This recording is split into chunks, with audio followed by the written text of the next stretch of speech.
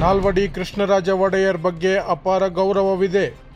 ಮೈಸೂರಿಗೆ ನಾಲ್ವಡಿ ಅವರಿಗಿಂತ ಸಿದ್ದರಾಮಯ್ಯ ಕೊಡುಗೆ ಹೆಚ್ಚು ಎಂಬ ತಮ್ಮ ಹೇಳಿಕೆಗೆ ಯತೀಂದ್ರ ಸಿದ್ದರಾಮಯ್ಯ ಸ್ಪಷ್ಟನೆ.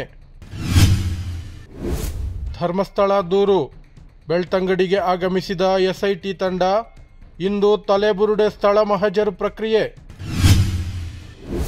12,000 ಉದ್ಯೋಗ ಕಡಿತ.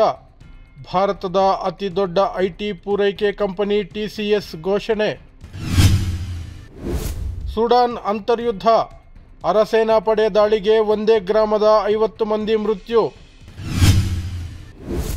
ಉತ್ತರ ಪ್ರದೇಶದ ಬಾರಾಬಂಕಿಯ ದೇವಸ್ಥಾನದಲ್ಲಿ ಕಾಲ್ತುಳಿತ.